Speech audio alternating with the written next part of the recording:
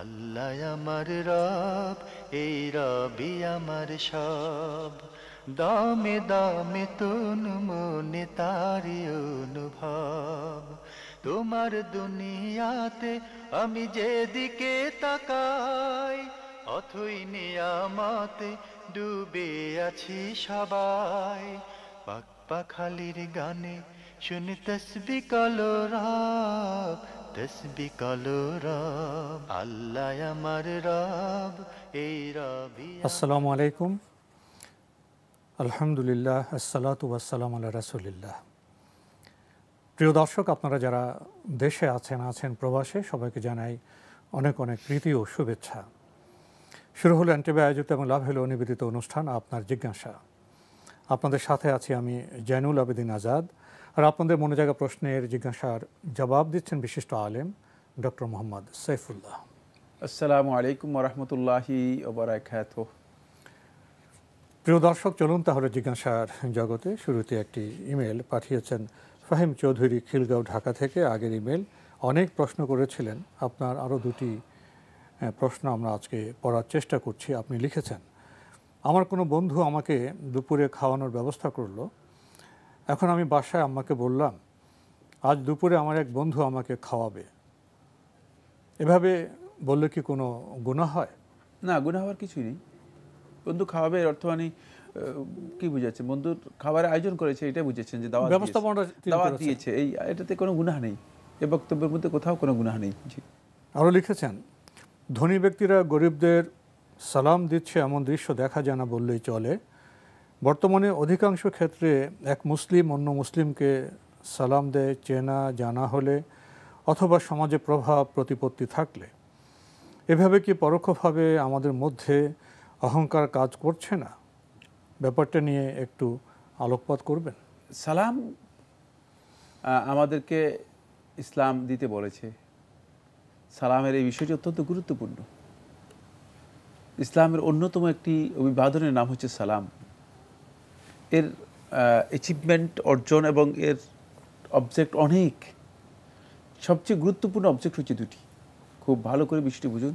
একটা হচ্ছে পরস্পর ভালোবাসা তৈরি হওয়া, আর এই পরস্পর ভালোবাসার মাধ্যমে আল্লাহর বান্দাদের ঈমান পরিপূর্ণ হয়। কিন্তু ঈমান পরিপূর্ণতার জন্য এটা খুবই গুরুত্বপূর্ণ। তৃতীয় নম্বর হচ্ছে মুসলমানদের যেই ইসলামী ভ্রাতৃত্ব আছে, এই ভ্রাতৃত্বটাকে অটুট অবিচল রাখা, এটা যাতে করে কোনোভাবেই ভেঙে না পড়ে। এই জন্য সালামটা খুবই গুরুত্বপূর্ণ একটি বিধান। আরও অনেকগুলো বিষয় রয়েছে। রাসূলুল্লাহ সাল্লাল্লাহু আলাইহি ওয়াসাল্লাম সালামের এই কারণেই অনেক বেশি গুরুত্ব দিয়েছেন। কিন্তু আল্লাহ নবী সাল্লাল্লাহু আলাইহি ওয়াসাল্লাম এই সালামের মধ্যে স্পষ্ট করে সহিহ বুখারী হাদিসের মধ্যে বলে দিয়েছেন। রাসূলুল্লাহ সাল্লাল্লাহু আলাইহি ওয়াসাল্লামকে জিজ্ঞেস করা হয়েছে, আইয়ুল ইসলামি খায়র। কোনো রিওয়ায়াতের মধ্যে এসেছে আইয়ুল ইসলামি আফদাল। ইসলামের কোন কাজটি সবচেয়ে বেশি কল্যাণকর? ইসলামের কোন বিষয়টি সবচেয়ে বেশি মর্যাদাপূর্ণ? এর উত্তরের মধ্যে রাসূলুল্লাহ সাল্লাল্লাহু আলাইহি ওয়াসাল্লাম বলেছেন, তুতিমুত তাআম, লোকদেরকে খাবার খাওয়াবে, ওয়া তুকরিউস সালাম, আর তুমি সালাম দিবে, আলা মান আরাফতা ওয়া মান লাম তারিফ, যাকে চিনো আর যাকে চিনো না। এটা কেন বলছেন? মানে পরের কথাটা এখানে ইম্পর্টেন্ট। ওনার প্রশ্নের বিষয়টা হচ্ছে পরেরটা, আগেরটা নয়। পরেরটা ইম্পর্টেন্ট এই জন্য, এই যে এখন আমরা শুধুমাত্র চিনি লোকটার দাপট আছে, লোকটার পোস্ট আছে, এই জন্য তাকে সালাম দিই। আর চিনি না এই ব্যক্তি কোনো খবরে নেই, এর সালামও দিই না। ফকির না, এর সালাম দেই না কেউ। ভ্যানওয়ালাকে কেউ সালাম দেয় না, গরিব রিক্সাওয়ালাকে কেউ সালাম দেয় না, গরিব কেউ সালাম দেয় না। কিন্তু সব ঠিক আছে, তাহলে তাকে সালাম দেয়। এর অর্থ হচ্ছে আমরা ইসলামী যে চেতনা আছে, এই চেতনা থেকে অনেক নিচে নেমে গিয়েছি, অনেক নিচে নেমে গিয়েছি। এই কারণে রাসূলুল্লাহ সাল্লাল্লাহু আলাইহি ওয়াসাল্লাম আগেই বলে দিয়েছেন, সালাম দেওয়ার ক্ষেত্রে এই ভেদাভেদ করবে না। চিনো কি চিনো না, ছোট না বড়, বয়স্ক কি বয়স্ক নয়। বরং রাসূলুল্লাহ সাল্লাল্লাহু আলাইহি ওয়াসাল্লাম ইদা মাররা আলা সিবিয়ানিন ইউসাল্লিমু আলাইহিম, যখন তিনি শিশুদের পাশ দিয়ে অতিক্রম করতেন, সে বালকদের কাছ দিয়ে যেতেন, রাসূলুল্লাহ সাল্লাল্লাহু আলাইহি ওয়াসাল্লাম তাদেরকে সালাম দিতেন। রাসূল সাল্লাল্লাহু আলাইহি ওয়াসাল্লাম সুন্নাহ ছিল এমন। কিন্তু এখন আমরা মানে বালক তো দূরের কথা, বয়স্ক লোক আমাদের সামনে দিয়ে চলে যাচ্ছে, তাকে আমরা সালাম দিচ্ছি না। এক্ষেত্রে বিধান হচ্ছে আপনি চিনেন বা না চিনেন আপনি সালাম দিবেন। কারণ এই সালাম চর্চা যদি আমাদের এভাবে হতো, আপনি যদি ভ্যানওয়ালাকে সালাম দিতেন, রিক্সাওয়ালাকে সালাম দিতেন, রিক্সাওয়ালা যদি ট্রাকওয়ালাকে সালাম দিত, ট্রাকওয়ালা যদি মানে আরেকজন রাস্তার মানুষকে সালাম দিত, রাস্তার মানুষ যদি আরেকজন বৃদ্ধ মানুষকে সালাম দিত, তাহলে সালামের একটা গুঞ্জরণ তৈরি হয়ে যেত। ফলে সমাজটা ইসলামী সমাজ, একটা ভ্রাতৃত্বপূর্ণ সমাজ হতো। কত যে এর মধ্যে আন্তরিকতা তৈরি হতো। কিন্তু এই কারণে আজকে মুসলিম সমাজে সালাম এস্টাবলিশ না থাকার কারণে ভালোবাসার এস্টাবলিশ নেই।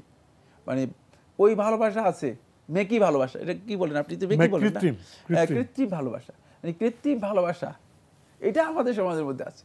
মানে শুধু ইনিয়ে বেনিয়ে এই সমস্ত কথাবার্তা বলে, কিন্তু যেটা অন্তর থেকে ভালোবাসা, সেই ভালোবাসা প্রকৃত ভালোবাসা নেই। কারণ হচ্ছে এই সালামের এই চর্চা।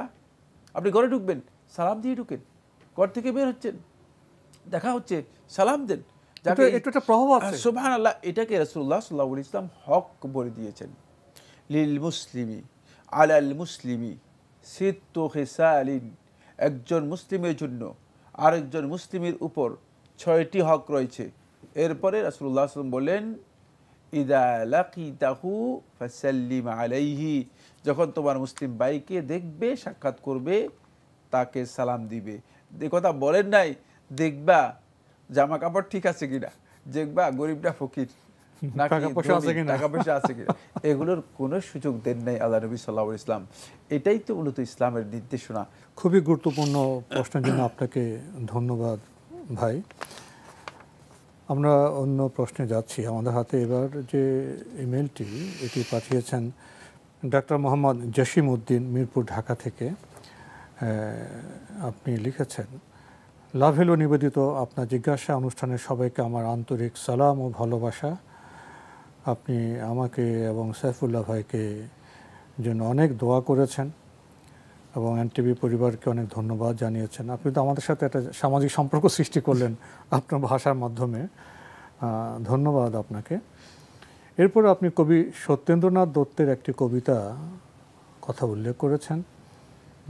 আপনি কয়েকটা লাইন এভাবে লিখেছেন, জোটে যদি মোটে 1টি পয়সা খাদ্য কিনিও ক্ষুধার লাগি, 2টি যদি জোটে অর্ধেকে তার ফুল কিনে নিও হে অনুরাগী।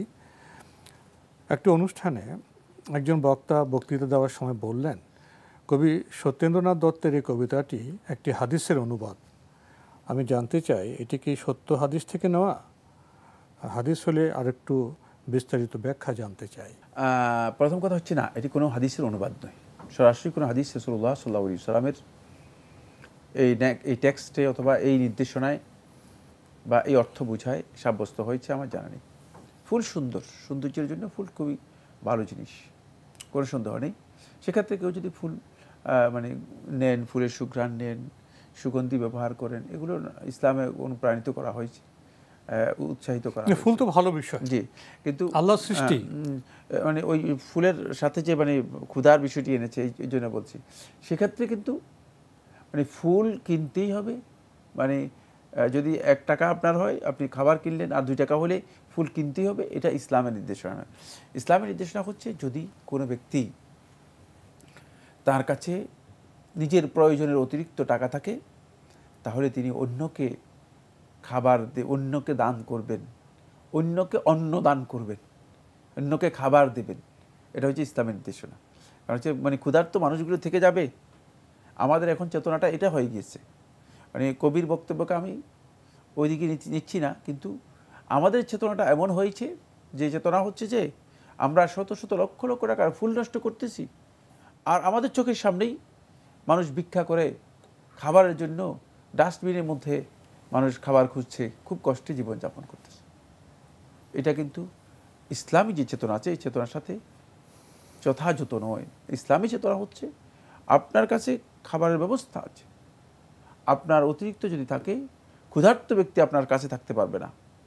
লা ইউমিনু আহাদুকুম, তোমাদের মধ্যে কোনো ব্যক্তি ততক্ষণ পর্যন্ত প্রকৃত ইমানদার হতে পারবে না যে সে খেয়ে পরিতৃপ্ত হয়ে রয়েছে, ওয়াজারুহু জাইউন, আর তার প্রতিবেশী ক্ষুধার্ত হয়ে কষ্ট পাচ্ছে।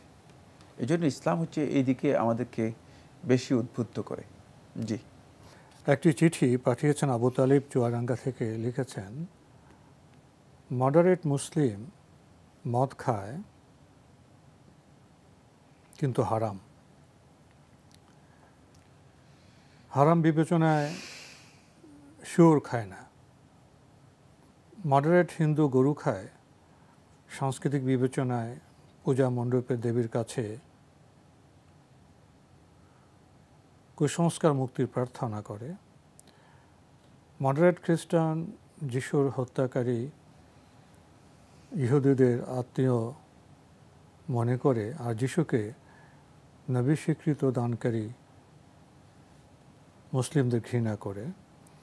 মডারেট ইহুদি মুখে মানবতার বলি, অসংখ্য নবী রাসূলের হত্যাকারী। মডারেট বৌদ্ধ রোহিঙ্গা নিধন ইস্যুতে চুপ থাকার পর বলবে জীব হত্যা মহাপাপ। মডারেট নাস্তিক ঈশ্বরকে বিশ্বাস করে অথচ ভূতে ভয় পায়, অর্থাৎ মুখে যা বলি অন্তরে মানি না। আবার অন্তরে যা মানি মুখে বলি আরেক কথা। আসলে সবাই মোরা হিপোক্রেট। দিন শেষে সবাই মোরা পাক্কা মুনাফিক এবং ধান্দাবাজ। নিশ্চয়ই মুনাফিকরা জাহান্নামের সর্বনিম্ন স্তরে থাকবে এবং তুমি সেখানে কাউকে তাদের সহায়ক পাবে না। সূরা নিসা 145 নম্বর আয়াতের কথা আপনি উল্লেখ করেছেন। এভাবে বিষয়টি ফেসবুকে পেলাম। আমার প্রশ্ন, সূরা নিসায় কি এভাবে বলা আছে? ধন্যবাদ আপনাকে, আপনি প্রশ্ন করেছেন, আবার একটা দর্শনও দিয়েছেন। মডারেট মুসলিমদের পরিচয় করেছেন, মডারেট খ্রিস্টানদের পরিচয় দিয়েছেন, মডারেট ইহুদিদের পরিচয় দিয়েছেন, মডারেট বৌদ্ধদের পরিচয় দিয়েছেন, মডারেট হিন্দুদের পরিচয় দিয়েছেন। মাশাআল্লাহ, অনেক কথা বলেছেন। আসলে মডারেট নাম দিয়েছে তারা তাদেরকে। মূলত মডারেশন তো সেই কাজের মধ্যেই হয় যে কাজের মধ্যে নিজের ইচ্ছা মতো পরিবর্তন করা যায়। এরা হচ্ছে আসলে ইচ্ছামতো পরিবর্তনকারী। দিনকে এরা ইচ্ছামতো পরিবর্তন করেছে, কোনো সন্দেহ নেই। তাদের চেতনায় ভুল আছে, কোথাও কোথাও মুনাফিকি আছে। আপনি জানতে চেয়েছেন যে মুনাফিকদের ব্যাপারে কি কোরআনে কারীমের সূরা আন-নিসার যে আয়াতটি উল্লেখ করেছেন এটা ঠিক আছে কিনা? হ্যাঁ, কোরআনে কারীম মধ্যে আল্লাহ তাআলা মুনাফিকদের বলেছেন, ইন্নাল মুনাফিকিনা ফি দারকিল আসফালি মিনান নার। নিশ্চয়ই মুনাফিকরা জাহান্নামের সর্বনিম্ন স্তরে তাদেরকে স্থান দেবে। কারণ মুনাফিক ইসলামের জন্য সবচেয়ে বড় ক্ষতিকর। কাফেরের চেয়েও ক্ষতিকর। কেন? কারণ তারা যখন মুসলমানদের মধ্যে আসে, মুসলমানদের সাথে আসে, তখন বলে ইন্না মাআকুম, আমরা তোমাদের সাথে আছি। আর যখন ওয়াইজা খালা ইলা শায়াতিনিহিম, যখন তারা তাদের শয়তানদের কাছে যায় তখন বলে যে আমরা তোমাদের সাথে আছি, আমরা এদের সাথে কিছু ঠাট্টা বিদ্রুপ করতেছি। মানে এত ভয়ঙ্কর। ফলে এদেরকে কোনোভাবেই মানে ধরা যায় না, ধরা ছোঁয়ার বাইরে থাকে। এই কারণেই এদের জন্য শাস্তি বেশি বলা হয়েছে। তবে এখানে আপনি আপনার বিবেচনায় যেটাকে মুনাফিকি নিয়ে এসেছেন, খেয়াল রাখতে হবে যে মুনাফিকি আর আমল এর বিকৃতি দুটা এক জিনিস নয়। যেমন কোনো ব্যক্তি যদি মদ খায় সে মুনাফিক হয়ে যাবে না, তার আমলের মধ্যে ত্রুটি আছে। যে মদ খেয়েছে কিন্তু সে কিন্তু হারাম থেকে, শুয়োর থেকে কি শুয়োর খাচ্ছে না, শুয়োরের গোস্ত খায় না। মানে সে শুয়োরের গোস্ত কেন খাচ্ছে না? সে হারাম মনে করতেছে। কিন্তু মদের ব্যাপারে তার এই অবস্থানটা কেন? তার কারণ হচ্ছে তার মধ্যে শয়তান কাজ করেছে, এই জন্য গুনাহের কাজে সে লিপ্ত হয়েছে। এটা মুনাফিকের লক্ষণ নয়, এটা মুনাফিকের লক্ষণ। এটা হচ্ছে আমলি তার বিচ্যুতি, এটা হলো আমলের ত্রুটি, আমলের ত্রুটি। এইভাবে যদি কোনো আমলি ত্রুটি হয় সে কিন্তু মুনাফিক নয়। কিন্তু যদি কোনো আকীদাগত ত্রুটি হয় তাহলে সেটা মুনাফিকের কোনো সন্দেহ নেই। যেমন আপনি ইহুদিদের কথা বলেছেন, এটা কিন্তু আকীদাগত মানে ত্রুটি, তাহলে এটা কিন্তু মুনাফিকি। আর মুনাফিকি যদি হয় থাকে, মুনাফিক ব্যক্তিগণ মুখে বললেও তাদের কোনো কথা বিশ্বাসযোগ্য হবে না, আল্লাহ তাআলার কাছে গ্রহণযোগ্য হয় না, আল্লাহ রাসূলের কাছে গ্রহণযোগ্য হবে না, বরং তারা মুনাফিক হওয়ার কারণে শাস্তির মুখোমুখি হবে। আল্লাহ তাআলা কোরআনের মধ্যে বলেছেন, ওয়া মিনান নাসি মান ইয়াকুলু আমান্না বিল্লাহি ওয়া বিল ইয়াউমিল আখির ওয়া মা হুম বিমুমিনিন। এই লোকদের মধ্যে একদল আছে তারা এই কথা বলে আমান্না বিল্লাহ, আল্লাহর প্রতি ঈমান এনেছি, ওয়া বিল ইয়াউমিল আখির, এবং আখিরাতের প্রতি ঈমান এনেছি। আল্লাহ বলতেছেন ওমা হুম বিমুমিনিন, এরা ঈমানদার নয়। দেখছেন, অথচ তারা তো বলতেছে আমরা ঈমান এনেছি। মানে এদের কথা আল্লাহ তার কাছে, কথার কাজে মিল নেই তাদের, যেহেতু ভিতরটা মিললেই, এই জন্য আল্লাহর কাছে এই কথা মোটেও গ্রহণযোগ্য নয়। সুতরাং ঈমানের বিষয় যদি হয়ে থাকে অবশ্যই মুনাফেক হবে এবং তাদের স্থান জাহান্নামের সর্বনিম্ন স্তরে হবে, কোনো সন্দেহ নেই। জি, আমরা জানলাম বিষয়গুলি সম্পর্কে।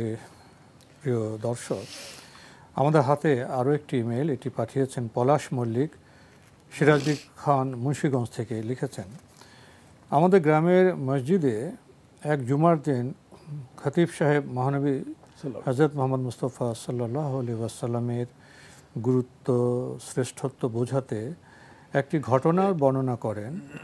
কোনো একদিন মহানবী সাল্লাল্লাহু আলাইহি ওয়াসাল্লাম তার দাসীকে একটি পাত্র থেকে পেশাব ফেলে দিতে বা পরিষ্কার করতে বলেন। উল্লেখ্য, রাসূল সাল্লাল্লাহু আলাইহি ওয়াসাল্লামের শরীরে ঘামের দুর্গন্ধ ছিল না, এমনকি তার পেশাব বা মলেও দুর্গন্ধ ছিল না, ছিল সুঘ্রাণ, এমনটাই বলছিলেন বয়ানে। পরবর্তীতে দাসীকে যখন জিজ্ঞাসা করা হলো সে পাত্র পরিষ্কার করেছে কি না, দাসী উত্তরে বলেন সে কোনো পেশাব পায়নি, তবে একটি পাত্রে সুঘ্রাণযুক্ত পানি দেখেছিল এবং সেটা সে পান করে নিয়েছে।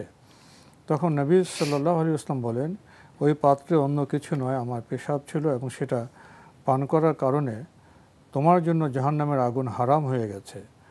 উপস্থিত মুসল্লিরা প্রায় সবাই সুবহানাল্লাহ বলে উঠলেন, কিন্তু আমার মুখ থেকে নিজের অজান্তেই নাউজুবিল্লাহ শব্দটি বের হয়ে যায়। আমার প্রশ্ন হচ্ছে, কোরআন হাদিসের আলোকে ওই ঘটনার সত্যটা কতটুকু, আর ঘটনা বানোয়াট হলে এর প্রতিকার কি, আর ঘটনা সত্য হলে আমার করণীয় কি? প্রথম কথা হচ্ছে, মানে এই যে হাদিসটি বর্ণনা করেছেন হাকিম তার মুস্তাদরাকের মধ্যে, আবু নাঈম তার হিলিয়ার মধ্যে, তবরানী তার মুজামুল কবিরে, এবং হাদিসের ব্যাপারে আলেমদের বিশুদ্ধ বক্তব্য হচ্ছে যে হাদিসটি সনদের দিক থেকে দুর্বল। জি, সনদের দিক থেকে দুর্বল। এই ঘটনাটি ঘটেছিল উম্মে আইমান রাদিয়াল্লাহু তাআলা আনহার সাথে। উম্মে আইমান রাদিয়াল্লাহু তাআলা আনহা রাসূলুল্লাহ সাল্লাল্লাহু আলাইহি ওয়াসাল্লামের ওই একটা কাঠের একটা পাত্র ছিল। রাসূলুল্লাহ সাল্লাল্লাহু আলাইহি ওয়াসাল্লাম একটু ডিসকমফোর্ট ফিল করতেছিলেন, এমন অবস্থায় রাসূলুল্লাহ সাল্লাল্লাহু আলাইহি ওয়াসাল্লাম সেখানে পেশাব করেছিলেন রাত্রে। দিনের বেলা যখন উম্মে আইমানকে রাসূলুল্লাহ সাল্লাল্লাহু আলাইহি ওয়াসাল্লাম বললেন যে পানি পাত্রটা মানে পাত্রের এগুলো ফেলে দেওয়ার জন্য, উম্মে আইমান রাদিয়াল্লাহু তাআলা আনহা এর আগেই মূলত তিনি না জেনেই কি করেছেন, পান করে ফেলেছেন। রাসূলুল্লাহ সাল্লাল্লাহু আলাইহি ওয়াসাল্লামের ঘামের মধ্যে কোনো ধরনের দুর্গন্ধ ছিল না। রাসূলুল্লাহ সাল্লামের পেশাব থেকেও দুর্গন্ধ ওই ধরনের দুর্গন্ধ ছিল না, যেই দুর্গন্ধ মানুষের পেশাব স্বাভাবিকভাবে সাধারণভাবে হয় থাকে, সেটা ছিল না। কারণ উম্মে আইমান রাদিয়াল্লাহু তাআলা তাহলে বুঝতে পারতেন উম্মে আইমান রাদিয়াল্লাহু তাআলা পান করেছেন, কিন্তু তিনি মানুষের পেশাবে যে গন্ধ পেলে তো উনি না, অবশ্যই বুঝতে পারতেন, কিন্তু উম্মে আইমান রাদিয়াল্লাহু তাআলা বুঝতে পারেন না, এই জন্য পান করেছেন। রাসূলুল্লাহ সাল্লাল্লাহু আলাইহি ওয়াসাল্লাম যখন শুনলেন, তখন রাসূলুল্লাহ সাল্লাল্লাহু আলাইহি ওয়াসাল্লাম হেসে দিলেন। হেসে দিয়ে রাসূলুল্লাহ সাল্লাল্লাহু আলাইহি ওয়াসাল্লাম বললেন যে তুমি কি পেটে কোনো ব্যথা পাচ্ছ কিনা? তুমি যদি পেটে কখনো ব্যথা আর কখনো পেটে ব্যথা পাবে না, এই ধরনের রেওয়ায়েত এসেছে। কেউ কেউ এই রেওয়ায়েতটাকে উল্লেখ করেছেন যে তুমি যেই পেটের মধ্যে মানে আমার এই পেশাব গিয়েছে সেই পেটে সেটাকে আর আগুন আক্রান্ত করবে না, অথবা আগুন সেটাকে আর পুড়াবে না।